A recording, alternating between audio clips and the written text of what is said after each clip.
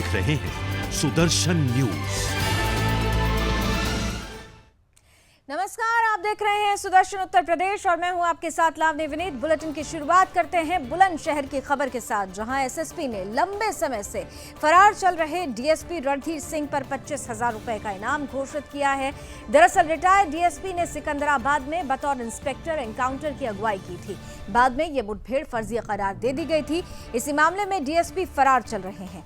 गौरतलब है कि हाल ही में सुप्रीम कोर्ट ने इसी मामले में सख्त टिप्पणी की थी और यूपी सरकार पर 7 लाख रुपए का जुर्माना अदा करने का निर्देश भी दिया। वहीं इस मामले में डीएसपी का समन जारी होने के बाद भी कोर्ट में पेश नहीं हुए, जिस वजह से अदालत ने उनकी संपत्ति कुर्क करने का नोटिस भी जारी कर दिया है। आपको बता दें कि इस मामले में 7 अन्य पुलिसकर्मी पहले ही अदालत में पेश हो चुके हैं।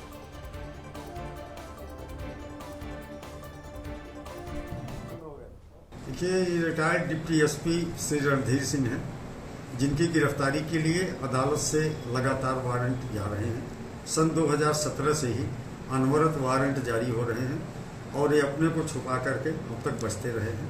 इनकी गिरफ्तारी के लिए 25,000 रुपये की पुरस्कार राशि घोषित की गई है। सन 2002 में एक पुलिस मुठभेड़ सिकंदराबाद थाना क्षेत्र में हुई थी। उस प्रकरण में जांच सीबीसीआईडी के द्वारा की गई थी।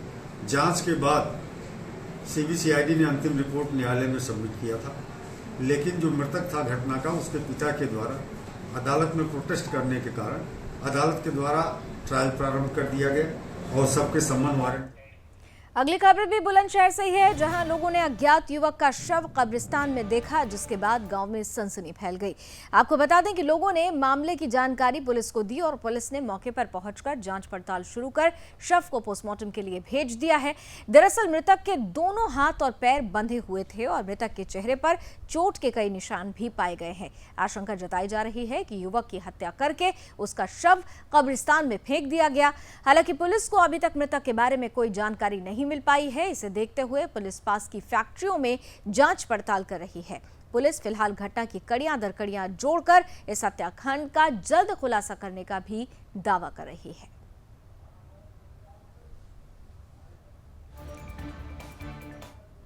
चोहरपुर गांव के कब्रिस्तान के पास एक 30 वर्षीय अज्ञात व्यक्ति, जो मजदूर किस्म का है, संभवतः मुस्लिम है, उसका शव बरामद हुआ है।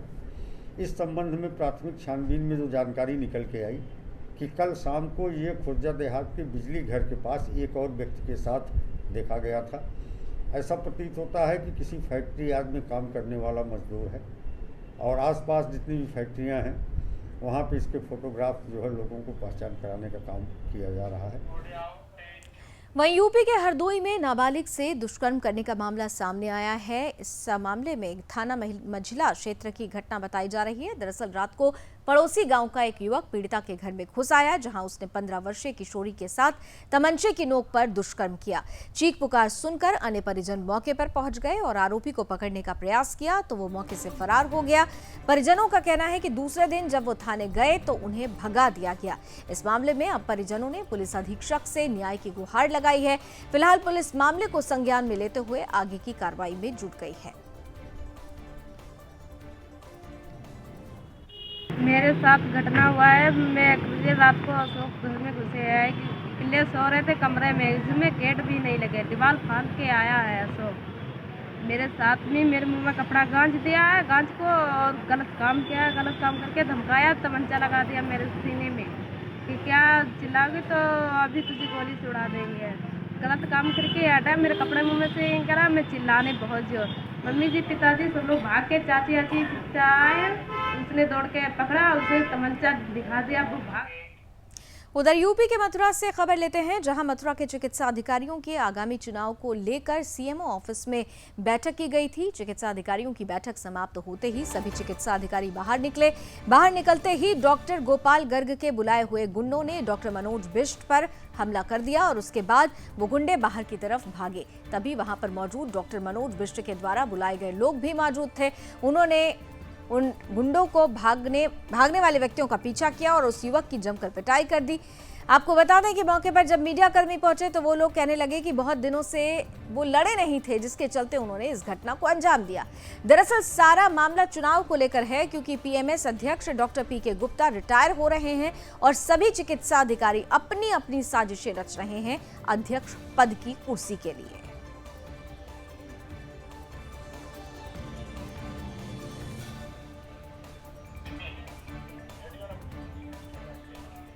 खबर यूपी के मोदी नगर से लेते हैं, जहां भगवानगंज मंडी से यह खबर है, जहां एक अनियंत्रित ट्रक ने एक बड़ी दुर्घटना को अंजाम दिया। इसके चलते एक मां और उसकी बेटी की मौत हो गई। परिजनों ने आक्रोशित होकर दिल्ली से मेरठ जाने वाले हाईवे पर 3 घंटे तक चक्का जाम लगा दिया और मुआवजे की मांग को लेकर अड़े रहे। दरअसल सुरेंद्र कुमार नामक व्यक्ति अपनी पत्नी और एक बच्ची को लेकर मोदी नगर से मुजफ्फरनगर जा रहे थे। वहीं एक ट्रक अनियंत्रित हो गया। परिजनों की तरफ से किए गए प्रदर्शन को शांत करने के लिए एसपी डॉक्टर ईरज राजा, एसडीएम आदित्य प्रजापति, विधायक डॉक्टर मंजू शिवाच और पूर्व विधायक सुदेश शर्मा मौके पर पहुंचे और परिजनों को उचित मुआवजा देने का आश्वासन दिलाया।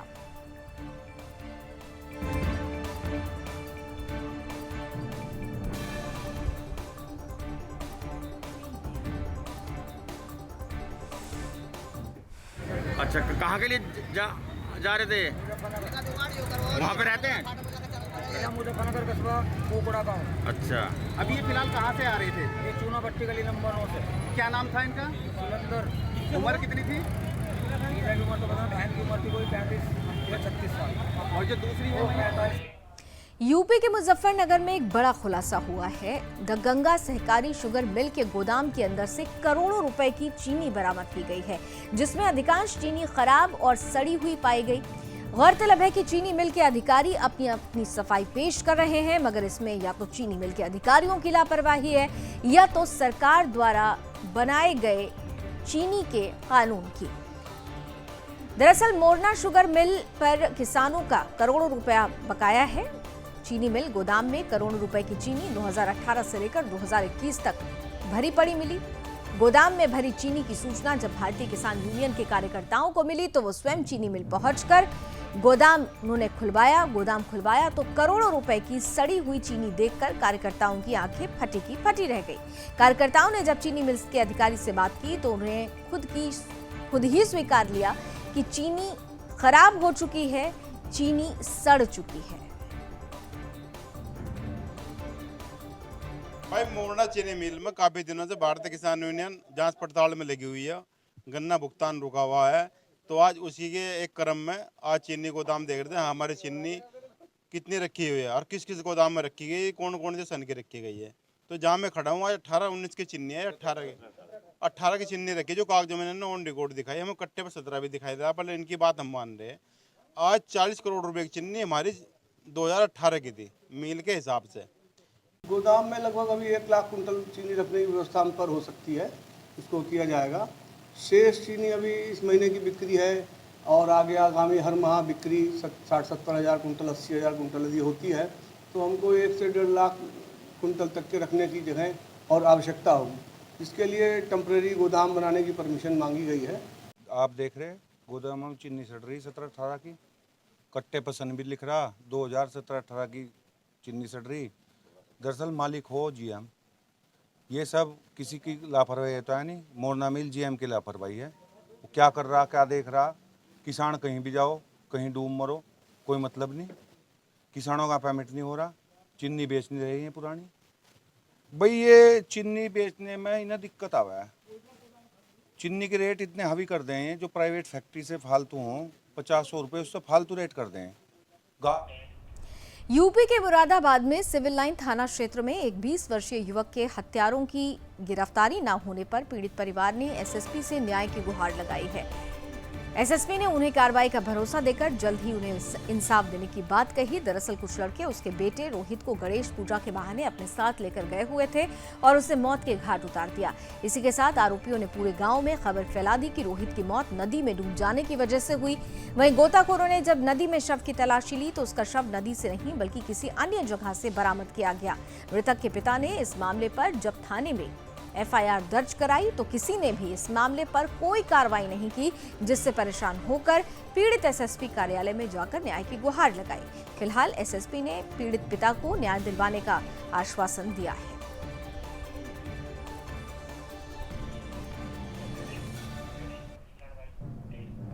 अगली खबर यूपी के जनपद मुरादाबाद से लेंगे, जहां महाराष्ट्र से सपा के प्रदेश अध्यक्ष और विधायक अबू आजमी सपा नेता हाजी नासिर कुरैशी के आवास पर पहुंचे। नासिर कुरैशी और उनके कार्यकर्ताओं ने अबू आसिम आजमी का फूल मालाओं, शॉल और नोटों की माला पहनाकर स्वागत किया। वहीं अबू आजमी ने कार्यक्रम को संबोधित करते हुए लखीमपुर खीरी में जो किसानों के साथ घटना हुई है उस पर उन्होंने जमकर बीजेपी पर निशाना साधा। सपा नेता ने सरकार पर निशाना साधते हुए कहा कि यूपी में 2022 के चुनाव में समाजवादी पार्टी की सरकार बनेगी, जिसके चलते बीजेपी बौखलाई हुई है। सरकार किसानों के साथ जो अन्याय कर रही है उसका जवाब किसान ही चुनाव में दे देंगे।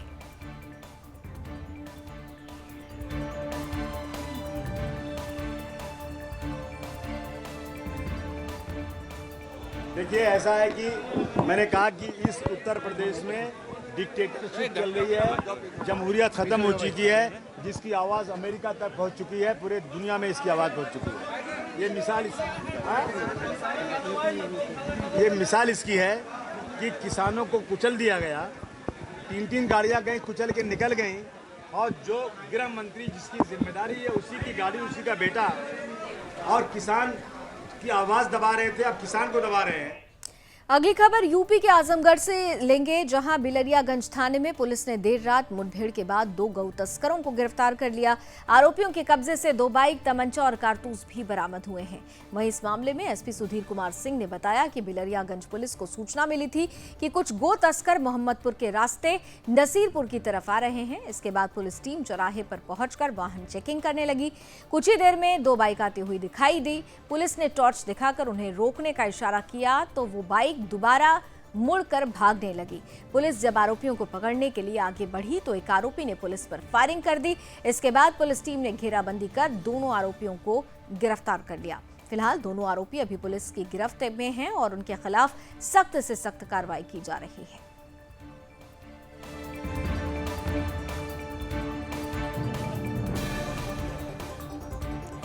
अब अगली खबर सहारनपुर जनपद के थाना बेहट क्षेत्र से ले लेते हैं, जहां एक बच्ची की इलाज के दौरान मौत हो गई।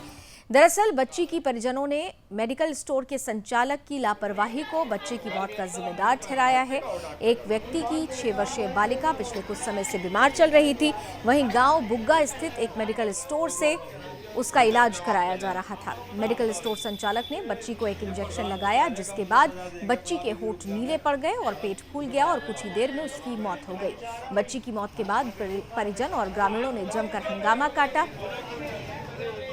मौके पर पहुंची पुलिस ने परिजनों को आश्वासन दिया कि वो जल्द से जल्द इस मामले में कार्रवाई करेंगे। क्या नाम है? मिर्जा। कहाँ की हो?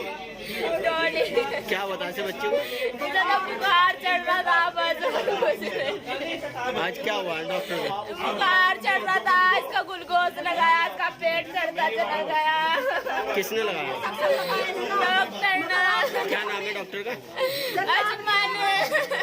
ये बेहट थाना क्षेत्र में एक हॉस्पिटल में एक बच्ची जो कि काफ़ी दिनों से भर्ती थी और बीमार चल रही थी, उसकी मृत्यु हो गई, जिस पर कि जो गांव वाले थे वो आक्रोशित थे। उनका कहना था कि जो डॉक्टर हैं उनकी लापरवाही से इसमें बच्चे की मौत हुई है, जिसमें कि उनको समझा बुझाकर वापस कर दिया गया और इसमें आगे की वैधानिक कार्रवाई हम लोग करें। खबर यूपी के सोनभद्र से है, जहां सपा महिला सभा की अध्यक्ष जूही सिंह जनसंवाद सम्मेलन में पहुंची। दरअसल सम्मेलन में जूही सिंह ने बीजेपी सरकार पर जमकर हमला बोला। इस मामले में जूही सिंह ने लखीमपुर खीरी की घटना को दुर्भाग्यपूर्ण करार देते हुए सरकार पर प्रहार किया। इसी कड़ी में उन्होंने कहा कि देश की कानून व्यवस्था ध्वस्त हो चुकी है। अभी तक गोरखपुर की घटना में शामिल दोषियों को गिरफ्तार भी नहीं किया गया। इसी के साथ उन्होंने ये भी कहा कि अखिलेश यादव ने 400+ सीट जीतने का लक्ष्य दिया है, जिस पर कार्यकर्ता और संगठन काम कर रहा है। यहाँ घर में बैठे हुए हैं, ऐसे किसी भी बयान का ना हमारे राष्ट्रीय अध्यक्ष जी समर्थन करते हैं ना हम लोग करते हैं। आदमी को अपनी भाषा पर और स्पेशली पब्लिक डोमेन में नियंत्रण करना चाहिए, यही हमारी मर्यादा है। कोई भी बयान अखिलेश यादव जी के काम पर पानी नहीं फेर सकता है, क्योंकि उनका काम बोलता है। एक बड़ी लिस्ट हमारे जिलाध्यक्ष जी ने दी है जो इस इलाके में हमने काम किए हैं। ITI, मेडिकल कॉलेज, पुल, समाजवादी पेंशन 54,000 आपके विधानसभा में बांटी गई है, साथ ही लैपटॉप वितरण। इधर सोनभद्र के रॉबर्ट्सगंज में जिला मुख्यालय पर कर्मचारी, शिक्षक अधिकारी और पेंशनर्स अधिकारी मंच ने जमकर प्रदर्शन किया। शहर में बाइक रैली निकालते हुए सैकड़ों प्रदर्शनकारी जिला मुख्यालय पहुंचे और जमकर नारेबाजी करते हुए सरकार से पेंशन बहाली की मांग को लेकर सीएम के नाम पर जिलाधिकारी को ज्ञापन सौंपा।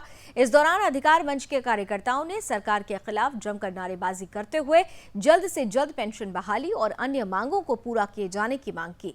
कर्मचारी, शिक्षक अधिकारी, पेंशनर अधिकार मंच के संयुक्त जिला संयोजक शिव नारायण सिंह ने कहा कि हमारी प्रमुख मांग है कि सभी कर्मचारियों को पुरानी पेंशन के आधार पर एक समान पेंशन दिया जाए। इसी के साथ उन्होंने शिक्षा मित्र और ANM को सम्मानजनक वेतन दिए जाने के साथ कैशलेस चिकित्सा व्यवस्था के साथ ही सभी कर्मचारी अधिकारियों पर लागू किए जाने की मांग की है। क्योंकि जितने भी मेरे कर्मचारी हैं सभी लोगों का जो भी पेंशन है, जो भी 21 सूत्री हमारी मांग हुई है प्रदेश के स्तर पर, वो सभी मांगे हमारी पूरी की जाए। हमारी प्रमुख मांगे हैं कि पेंशन बहाल किया जाए और जो हमारे स्कूलों में जो कमियां हैं उसको पूरा किया जाए। जी, प्रदेश में समस्त कर्मचारी संगठनों, शिक्षक संगठनों, अधिकारी संगठनों का संयुक्त मंच के माध्यम से हम लोगों ने समन्वित रूप से जो हम लोगों कर्मचारियों की मांगे हैं उनको संकलित करके 11 सूत्री मांगे हैं, जिसको हम लोग आज मोटरसाइकिल रैली के माध्यम से ध्यानाकर्षण के रूप में हम लोगों ने अपना प्रदर्शन करके उनको ज्ञापन दिया है। हम लोगों की प्रमुख मांगे हैं जो 2004 के बाद नई पेंशन का आदेश जारी हुआ है कि उसके बाद के नियुक्त कर्मचारियों को नई पेंशन से आच्छादित किया जाएगा। हम लोगों की मांग है कि सभी कर्मचारियों को एक समान पुरानी पेंशन दी जाए।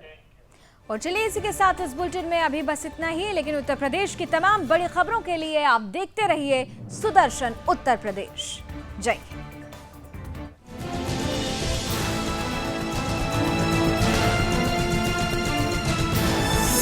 आप देख रहे हैं सुदर्शन न्यूज।